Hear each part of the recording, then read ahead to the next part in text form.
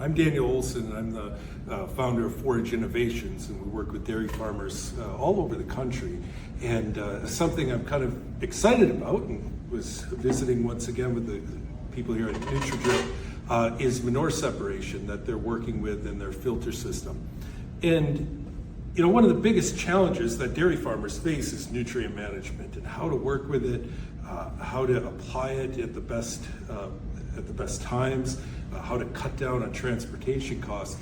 And the filtering of it can make such a difference. And the main reason for that is that, you know, every farm has lots of dairy manure, has usually an excess. But the nutrient analysis of dairy manure is not really ideal for corn production. And so a lot of farms run out of room based on phosphorus before they get enough nitrogen to grow a corn crop.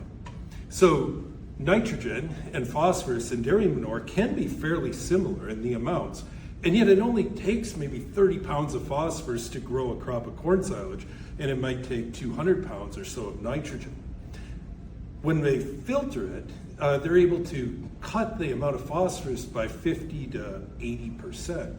And what that does is it allows us to use a lot more manure, and it raises the amount of nitrogen that we're putting on those crops. Not only are we creating a fertilizer source that looks like almost an ideal corn fertilizer and limiting the amount of nitrogen that we have to purchase additionally onto the farm, we're able to apply a lot more gallons closer to the dairy site. And a lot of times that means being able to drag line it or run it through another application system versus trucking it. And when we look at transportation costs, we're looking at maybe a couple cents a gallon difference. When we start talking about an extra 10 or 15,000 gallons an acre, 20,000 gallons an acre applied via drip line or drag line or versus trucks, it can be $300 or $400 an acre difference just in application cost a year. So when we look at once again, going back to that amount of manure that we're applying. So the problem is corn silage is very low in phosphorus. It's only about 0.2%. And so if you have a corn silage crop that say it's 24 ton silage, okay? So a good corn silage crop, 24 tons, that crop might be 8 tons dry matter, so we have 16,000 pounds of dry matter.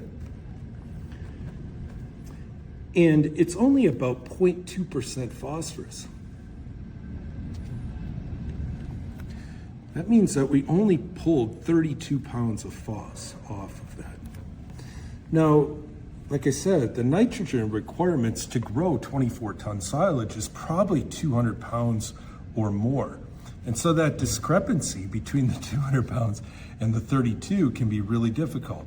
Now, like maybe if you're feeding a higher protein dairy diet, you might be 50% higher nitrogen than phosphorus. So say maybe it's 50 pounds or 60 pounds of nitrogen is what we're applying here when we max out the amount of phos that we're applying.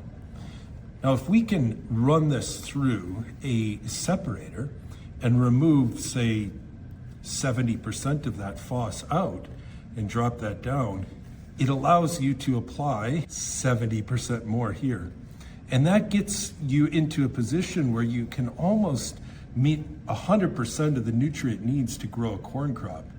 And like I said, it can take you from maybe being maxed out at, say, 12,000 gallons an acre of dairy manure before you hit this 32 pound number. When you pull that phos out, you're able to increase this by, say, 70%. And that gets you up into that 20,000 gallons plus. And this difference here is an incredible savings. And it also, you know, everybody wants to grow, but it makes your circle a lot smaller around the dairy for where you it can apply those really expensive part, which is the liquid part. Of course, you have some solids you have to deal with yet, but that's easier to transport, maybe apply it on other crops that don't take as much nitrogen, and utilize the phosphorus that way.